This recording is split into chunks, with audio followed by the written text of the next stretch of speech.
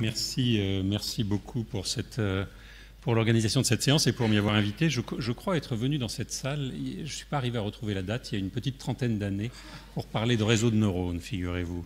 Donc je vais vous parler maintenant des dernières visions de ce que font les réseaux de neurones, avec effectivement, ça s'inscrit dans le cadre d'une petite révolution scientifique des dernières années, des derniers 5 à 10 ans, ce qui a été rappelé par Eric tout à l'heure.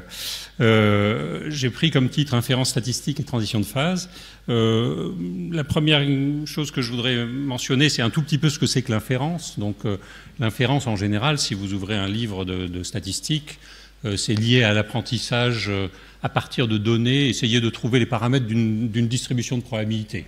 Un exemple très simple, vous faites des tirages dans une urne, vous regardez ce qui sort et vous essayez d'inférer justement, en gros, quelle est la meilleure hypothèse sur la composition de cette urne.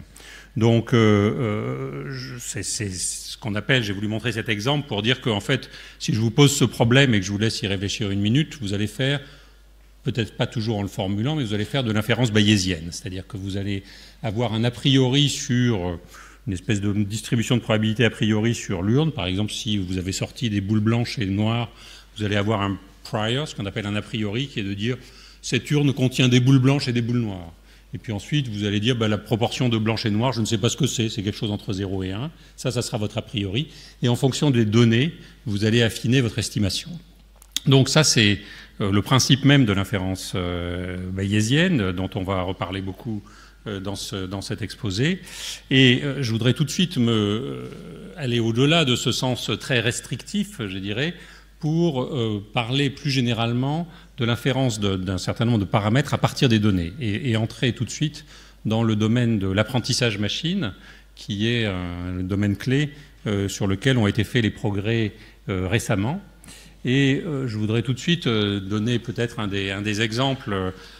Beaucoup des exemples qui sont régulièrement montrés en apprentissage machine sont liés à des exemples en gros, de vision artificielle. Il y a une bonne raison pour ça, c'est que c'est plus facile à montrer à une audience, donc on montre des images. Un des chevaux de bataille de ce champ-là a été d'essayer de reconnaître déjà, comme un petit défi qui était posé déjà depuis 20-25 ans, de reconnaître des chiffres manuscrits. Reconnaître des chiffres manuscrits, c'est quelque chose que n'importe quel enfant sait faire. Ça s'est avéré étonnamment difficile quand on essaye de fabriquer des programmes qui le font, je dirais, complètement programmés par le programmeur. Et en revanche, là où il y a eu des succès vraiment spectaculaires, et ce que je dis sur les chiffres manuscrits s'applique aussi à la reconnaissance des visages ou à l'analyse et à la segmentation d'images, par exemple, les progrès spectaculaires sont venus de machines qui sont ce qu'on appelle les réseaux de neurones formels, qu'on ne va pas programmer en tant que tels, mais on va les programmer à apprendre par elles-mêmes. C'est-à-dire qu'en fait, ces machines, ici est représenté, je ne sais pas s'il y a un pointeur qui fonctionne, ici est représenté un exemple d'un petit réseau de neurones formel, disons, dans lequel ici il y aurait une couche d'entrée. Alors cette couche d'entrée, elle est beaucoup plus grande que ce qui est marqué ici. Il y aurait un neurone sur chaque pixel, disons, et il reçoit un signal qui est blanc ou noir. Voilà. Et à partir de ça, il va falloir dire quel est le chiffre manuscrit qui est écrit là-dessus. Ces réseaux de neurones formels sont basés sur des unités qui ont été inventées il y a déjà assez longtemps, qui prennent, je dirais, des caricatures de comportements de neurones biologiques qui vont recevoir un certain input qui vient de la couche précédente. Et un neurone qui est ici, par exemple, va regarder l'input qui lui arrive d'un certain nombre de neurones dans la couche précédente, avec un certain niveau d'activité de chacun de ces neurones. Il y a une pondération de l'activité transmise par le numéro 1 au neurone de sortie. Cette pondération est liée à un poids, un espèce de poids qui caractérise l'efficacité synaptique.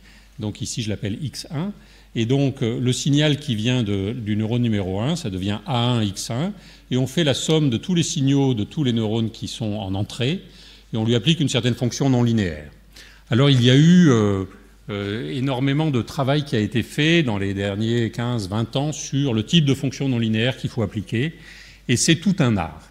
En fait, dans cette activité-là, qui a connu des progrès spectaculaires, et mes collègues en parleront, ces progrès sont en quelque sorte un art, c'est-à-dire que la nature, le nombre de couches de neurones qu'on va mettre, le nombre de neurones dans chaque couche, la nature de la fonction non linéaire qui est la fonction de transfert qui va moduler le signal, tout ceci est élaboré, je dirais, à partir de l'habitude du savoir-faire, d'un savoir-faire artistique, je dirais. Alors, comment fonctionne une telle machine? Les seuls paramètres qui existent dans cette machine, c'est les poids synaptiques qui donnent les pondérations des signaux qui sont envoyés d'un neurone à un autre. Et donc, tout ce qu'il faut faire pour avoir une machine qui marche bien, c'est trouver les bonnes pondérations. Donc, dans un petit réseau de neurones, ça va être comme ici, pour traiter un chiffre manuscrit comme ça, avec juste une ou deux couches cachées, on va avoir quelques dizaines de milliers de paramètres à trouver. Et si on prend un réseau de neurones profond, avec des centaines de couches, beaucoup plus larges, on peut avoir des millions de poids synaptiques à trouver. Et comment les trouve-t-on? On les trouve par l'exemple. Et donc, ce qui va se faire, c'est qu'on va utiliser une base de données. On va montrer des données de chiffres en entrée, en disant à chaque fois quel est le chiffre que ça devrait être. Donc, c'est des bases de données qui sont labellisées, qui sont répertoriées. Et on va essayer d'adapter chacun des poids synaptiques. Vous voyez, chaque trait dans ce graphe, il y a une variable, il y a un paramètre qu'il faut trouver. Et on l'adapte. Et on l'adapte comment? On l'adapte en gros en le changeant. On voit si je l'augmente un peu, est-ce que ça marche mieux, est-ce que ça marche moins bien. Je l'augmente, ça marche mieux, j'accepte. Ça marche moins bien, je refuse. Il y a des moyens un peu plus sophistiqués que ça pour faire ça, mais en gros, c'est ça. Ça peut paraître assez primitif. On se base sur des bases de données considérables. Donc là, par exemple, une base très célèbre sur laquelle beaucoup de travail a été fait, c'était la base MNIST, 70 000 images de chiffres manuscrits, segmentés. Et pour chacun d'eux, on connaît la sortie. C'est-à-dire que ça, on sait que c'est censé être un 6. La personne qui a fait ce gribouillis-là a voulu faire un 6. On donne au réseau de neurones 70 000 paires comme ça, et on lui dit, maintenant, débrouille-toi, change, adapte les paramètres, et t'adaptes à dizaines de milliers de paramètres jusqu'à ce que ça ait été trouvé. Donc, ce qu'on essaye de faire quand on fait ça, c'est qu'on minimise ce qu'on appelle l'erreur d'apprentissage. Donc, cette phase d'apprentissage, on va essayer de faire en sorte qu'on trouve des poids synaptiques tels que le réseau de neurones réussit à reproduire tous les chiffres qui sont dans la base de données. La question qui se pose ensuite, c'est de savoir est-ce qu'il va être capable de généraliser et de reconnaître un chiffre qui n'était pas dans la base de données, donc est-ce qu'il est capable d'aller au-delà de la simple mémorisation? Alors, les gros défis, et c'est là que je vais glisser petit à petit vers la physique statistique, les gros défis concernent des règles dans lesquelles il y a beaucoup de paramètres cachés. Donc, dans ces cas-là, il faut des très grosses bases de données. Et c'est une des raisons des succès récents des réseaux de neurones, c'est l'augmentation du savoir-faire, évidemment, les fonctions de transfert dont je parlais, etc. Mais l'arrivée d'énormes bases de données, des bases de données d'images, des données d'images de chats, d'images de chiens, d'images de chiffres, etc., absolument massives, avec des centaines de milliers d'images, et des capacités de calcul aussi. Quand on est face à une situation comme ça, on va se poser des questions de nature algorithmique, quels sont les bons algorithmes d'apprentissage, et des questions sur la prédiction de la qualité de l'inférence. Est-ce qu'on va être capable d'avoir une machine qui généralise bien ou pas? Un paramètre important dont je parlerai par la suite, qui est très crucial dans tout ça, c'est le nombre de données par rapport au nombre de paramètres. M donne l'ordre de grandeur de la taille de la base de données, et N, c'est le nombre de paramètres que je vais devoir apprendre. Alors, techniquement, c'est le seul transparent sur lequel je vais mettre quelques éléments de technique. Donc, on va avoir des paramètres qui sont inconnus, qui, dans nos cas, sont les poids synaptiques. Il peut y en avoir 100 000, 1 million.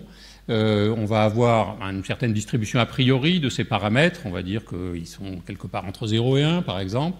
On va avoir des bases de données. Une donnée ici, Y, c'est un couple d'une image d'entrée et de ce que doit être la sortie dans ce cas-là.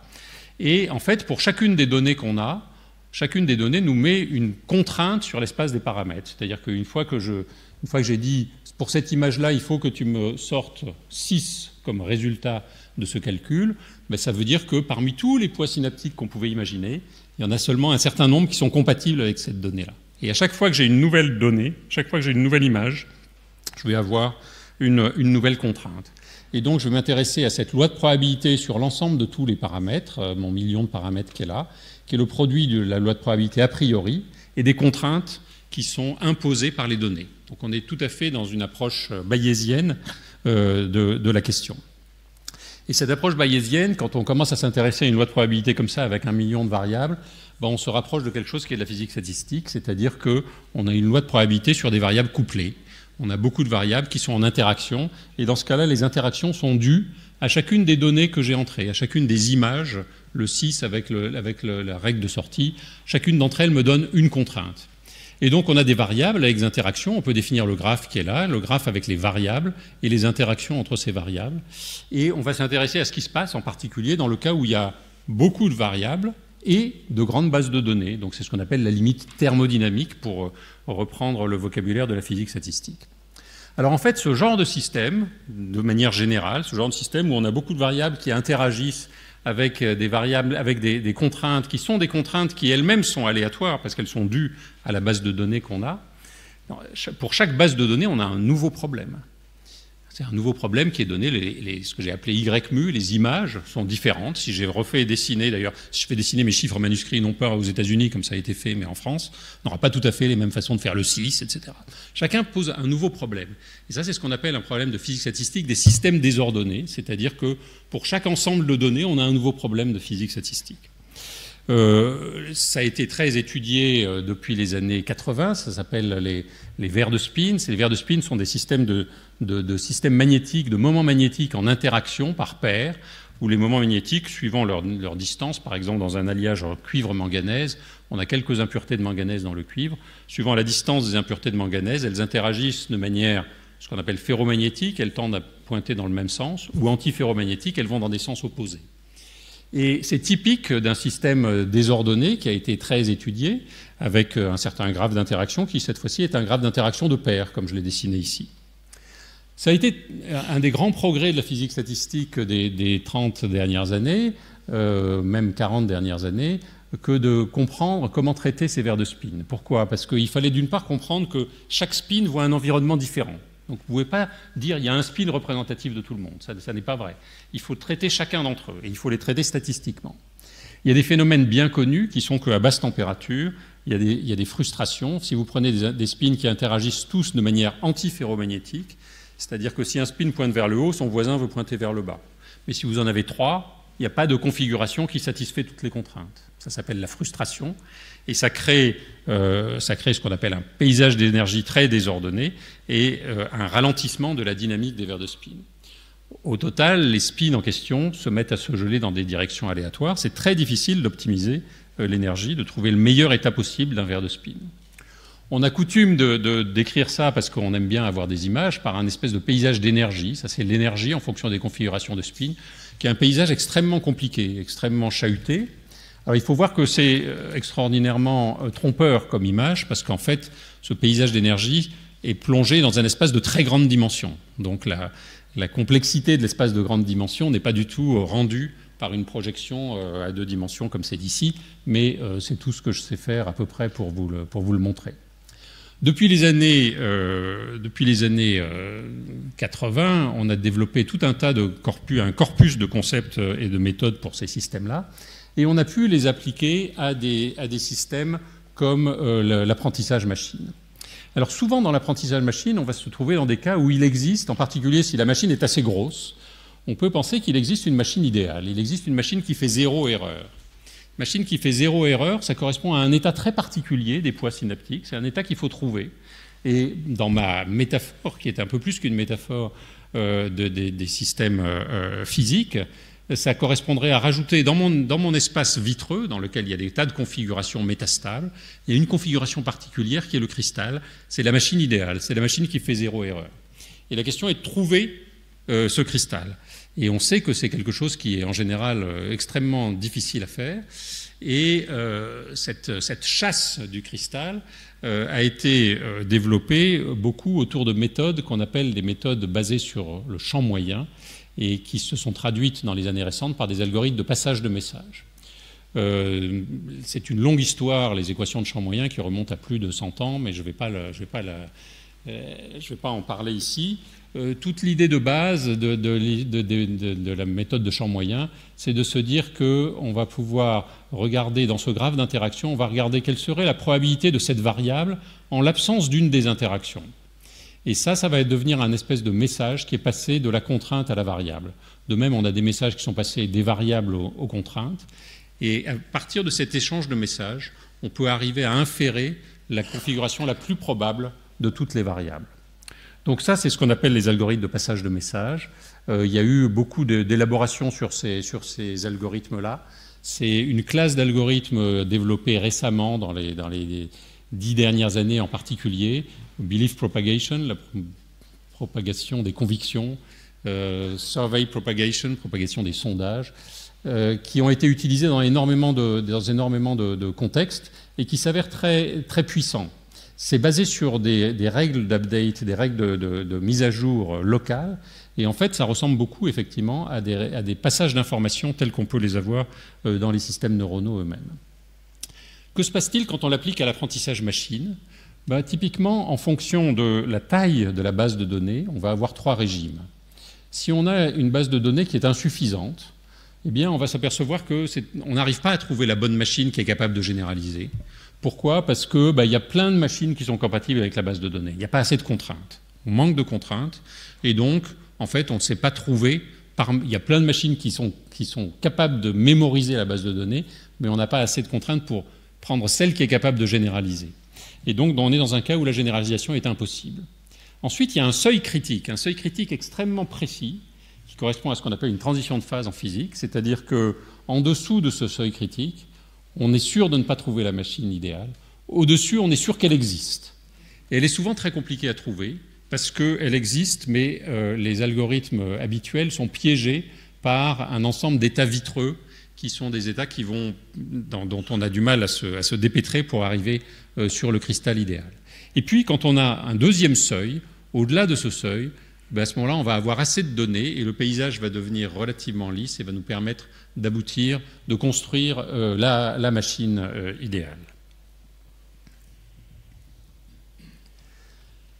Quand on va regarder l'apport de la physique statistique à ce champ, je dirais pour moi, il y a 2 grands sujets. Il y a le sujet des algorithmes et des transitions de phase dont je viens de parler, et il y a le deuxième sujet qui est l'émergence. Alors si on regarde ce que font les réseaux de neurones, quand on regarde un réseau de neurones dessiné pour reconnaître des visages, par exemple, on va s'apercevoir que dans les premières couches, il fait des choses relativement simples, un petit peu comme d'ailleurs les premières couches dans le cerveau, c'est-à-dire il va avoir des détecteurs de bord, la bordure d'une image, d'une ligne, détecteur de ligne. Puis petit à petit, il va y avoir des détecteurs de quelque chose qui ressemble à un œil, à un nez, etc. Et puis plus on va profondément, plus l'information va devenir abstraite jusqu'à ce qu'elle soit, l'information, c'est le visage de ta grand-mère. C'est vers ça qu'on veut aller. Et donc on a une abstraction, on a à la fois un changement d'échelle, les premières couches qui sont à des échelles toutes petites, et puis petit à petit on regarde des objets qui sont à des échelles plus grandes, et en même temps on va vers des représentations de concepts de plus en plus abstraits. Les 3 grands problèmes que rencontre en ce moment cette question de l'apprentissage machine avec les réseaux de neurones profonds, le premier problème, c'est qu'on a besoin de bases de données extrêmement grandes, avec des labels. Et donc, il y a des armées de gens qui prennent des bases de données d'images et qui doivent dire à chaque fois, dans cette image, il y a une banane, ou il y a un ballon, ou il y a etc. etc.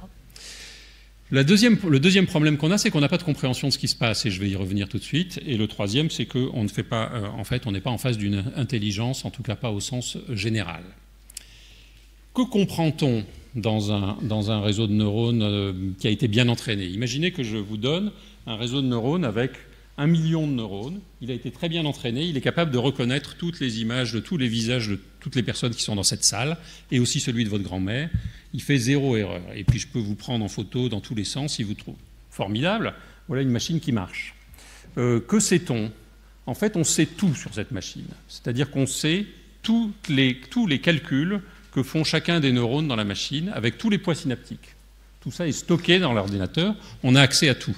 En un sens, c'est le rêve du neuroscientiste, du neuroscientist, du spécialiste de neurosciences, c'est-à-dire qu'il peut avoir accès à l'activité de chacun des neurones et à la valeur de chacune des synapses.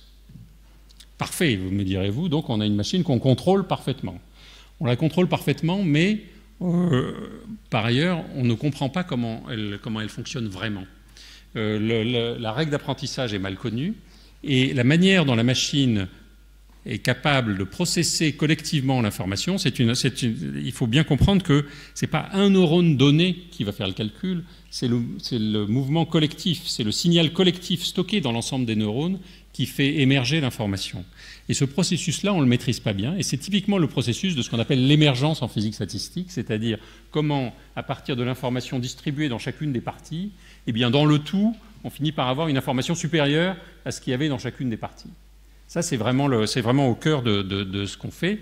Et pour vous dire qu'on comprend mal les choses, on peut avoir des collègues qui prennent un malin plaisir à truquer un petit peu les bases de données, en prenant une base de données comme avec les chiffres, et puis en trichant un tout petit peu, et en rajoutant ici un tout petit peu, vous voyez, des petites pattes de mouche autour de ce 1.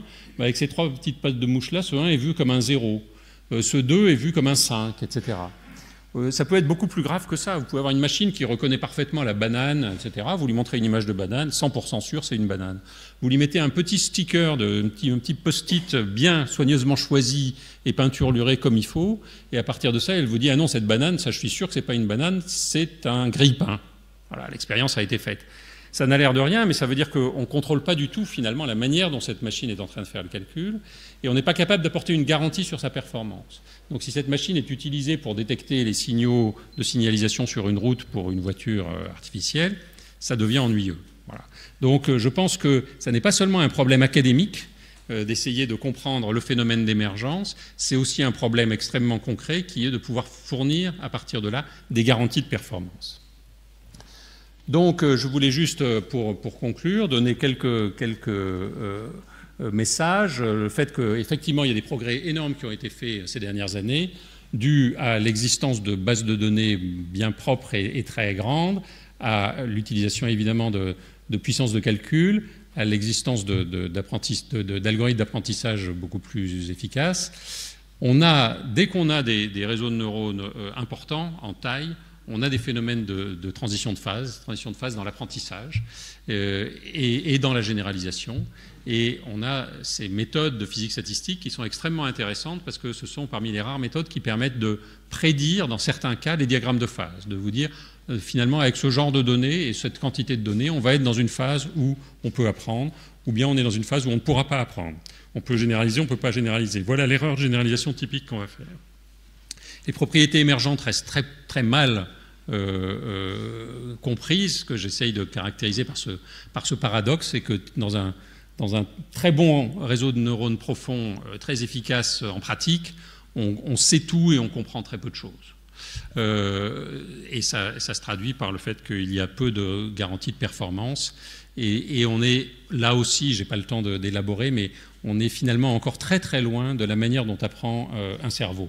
Et en particulier, si on regarde la quantité de données qui est nécessaire encore aujourd'hui pour faire apprendre ces machines-là, on est à des ordres de grandeur au-dessus de ce qui est utilisé dans un apprentissage chez un jeune enfant, si on regarde par exemple le langage.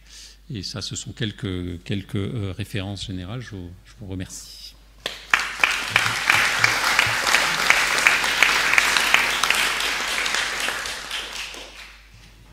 Est-ce qu'il y a des questions, commentaires ?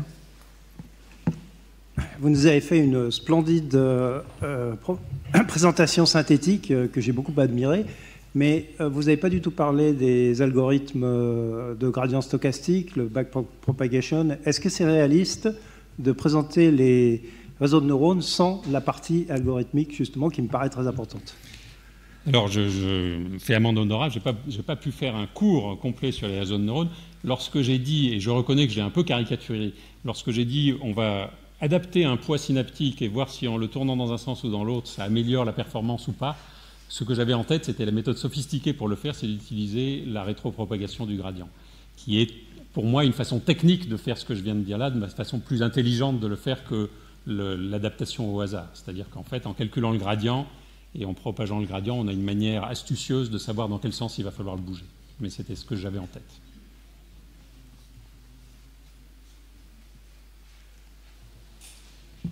D'autres commentaires ? Sébastien ? Oui, Marc, merci infiniment. Je suis ébloui, mais tu as l'air un peu pessimiste à la fin, l'air de dire on ne comprend rien, etc. mais c'est déjà utilisé, ce genre de méthode pour reconnaître les visages, par exemple. Et donc, on ne peut pas avoir confiance, c'est ça? Non. Ce que je trouve, c'est pas que je suis pessimiste, je trouve qu'il y a un défi scientifique majeur que je trouve absolument passionnant, à vrai dire. C'est-à-dire que le progrès, comme je l'ai dit, moi je suis fasciné par les progrès qu'il y a eu sur ces machines dans les dernières années. Pour quelqu'un comme moi qui a travaillé sur les réseaux de neurones dans les années, deuxième moitié des années 80, c'est un programme de recherche qui a été graduellement abandonné par presque tout le monde. Pas tout à fait tout le monde, et heureusement d'ailleurs, parce que ceux qui ont continué ont fait quelque chose d'important. Et puis finalement, depuis quoi, une dizaine, quinzaine d'années, c'est revenu, et c'est revenu de manière spectaculaire, parce que tout d'un coup, c'est devenu capable de résoudre des problèmes qu'on ne sait pas résoudre autrement. Des problèmes de segmentation d'images, de reconnaissance faciale, etc. Concrètement, ça marche. Voilà. Tout ce que je veux dire par là, c'est que ce que je trouve intéressant comme défi scientifique, c'est de se dire, je te donne un réseau de neurones et je te donne son million de paramètres, et je te donne le tableau de tous ces millions de paramètres, tu sais tout, voilà. Mais tu ne sais pas exactement comment il marche. Et la preuve en est que... Et en fait, tu sais aussi qu'il ne marche pas comme marche un cerveau habituel. Ça, c'est sûr aussi. La preuve en est, c'est que si je te présente les chiffres 2 avec de toutes petites perturbations à côté, si le réseau a été bien, si l'image a été bien adaptée pour t'induire en erreur, elle y arrive. Voilà. Donc je trouve ça, pour moi, un des défis scientifiques intéressants qu'il y a en ce moment, et il est, à mon avis, intimement relié à cette question d'émergence, et donc intimement relié à la physique statistique. Et donc il m'intéresse, parce que je suis un physicien statisticien, dans le fond. Magnifique.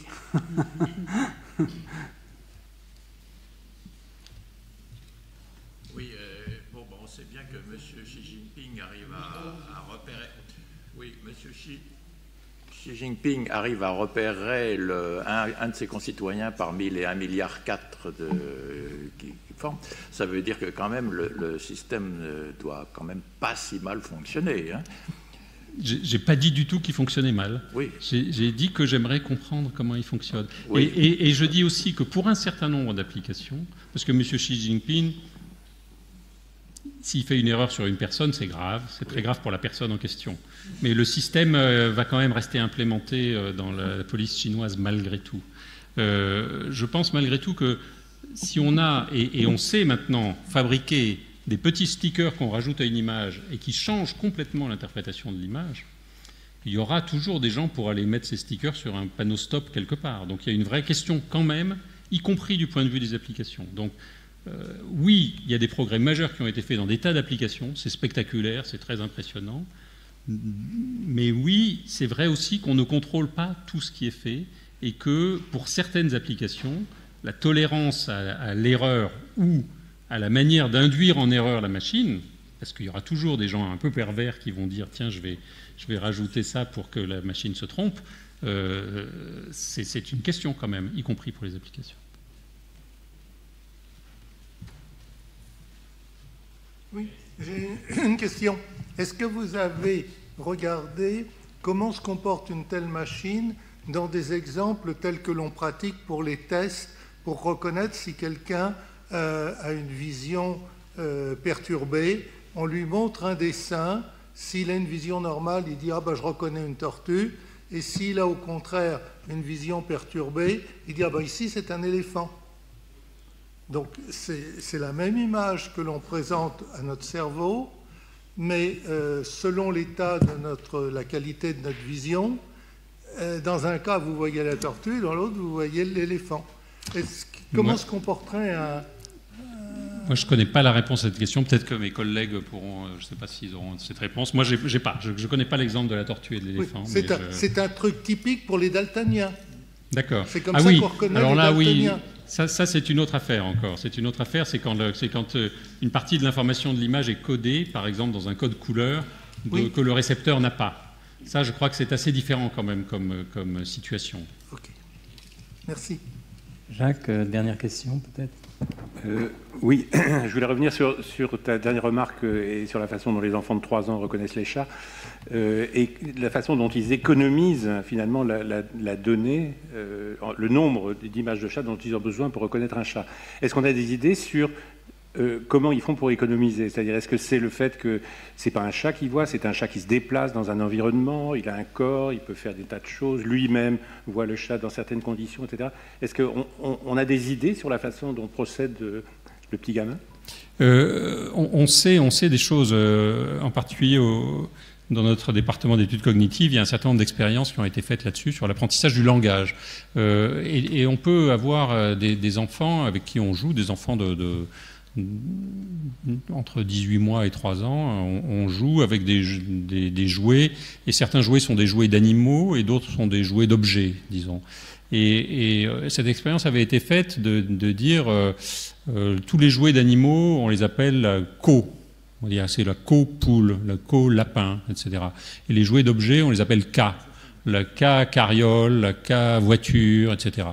Et puis on montre un nouveau jouet qui n'a jamais été montré encore, qui est un jouet imaginaire en fait, qui n'a jamais été montré à l'enfant, mais suivant que ce jouet on lui montre deux jouets en fait, un qui est un jouet imaginaire qui ressemble à un animal imaginaire, et l'autre qui ressemble à un objet imaginaire. Et on lui dit où est le co avec un nom complètement au hasard. Il va pointer vers le bon, c'est-à-dire qu'en fait, sur la base de très très peu d'exemples, il va généraliser. Donc ça veut dire qu'il y a un module de généralisation qui est là, inclus dans le cerveau quelque part, qui est un module d'une très grande parcimonie. Et en fait, un enfant de cet âge-là généralise à partir de 2 exemples. C'est-à-dire sa règle de base est de généraliser et de faire des catégories relativement très grossières comme ça, mais de mettre en catégorie. Et ensuite, il va affiner en disant oui, cette catégorie, elle est un peu peut-être que je vais faire des sous-catégories à partir de ça. Mais donc c'est très clair que on n'a pas du tout mis cette espèce de syntaxe pour le moment. Et si je prends les réseaux de neurones utilisés pour l'apprentissage du langage, qui de nouveau là aussi ont fait faire des progrès absolument extraordinaires dans les dernières années, bien au-delà de ce qu'on savait faire en faisant les analyses grammaticales. Il est évident pour moi que l'avenir sera dans le mélange des deux, c'est-à-dire que quelque part on va vouloir utiliser l'apprentissage à partir des données, mais le mettre dans une machine qui elle-même a une structure qui va avoir quelques éléments de syntaxe au départ. Donc voilà, je ne sais pas si je répondrai un peu plus en détail. Merci, je pense qu'il faut passer à l'orateur suivant, mais Romain, tu avais une remarque peut-être? Ah, bon alors, je pense qu'il vaut peut-être mieux, merci.